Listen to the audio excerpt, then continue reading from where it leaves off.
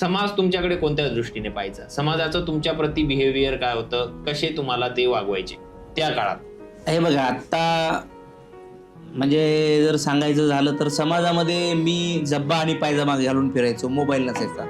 म्हणजे रिसेंट आता 2018, 20, 17च्या काळामध्ये लोक बोलायचे तुमच्याकडे मोबाईल नाही, असा कसा माणूस आहे मोबाईल नसलेला. आणि खरंच माझ्याकडे मोबाईल नव्हता, पण तो मोबाईल नसल्यामुळे माझं वाचन खूप व्हायचं. आणि तुम्ही तो प्रश्न जो विचारला की समाज तुमच्याकडे कसा बघायचा, तर गौरवजी काय झालेलं आहे बघा, म्हणजे समाज हा बहुरंगी, बहुढंगी, विचारी आहे. मग जेवढे लोक तेवढे विचार, तेवढ्या दृष्टी आहेत.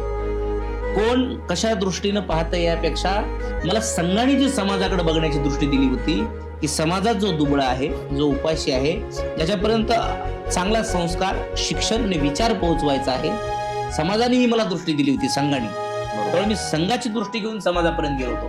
समाजाची दृष्टी काय आहे हा कधी प्रश्न विचारलंच नाही, कधी प्रश्नच पडला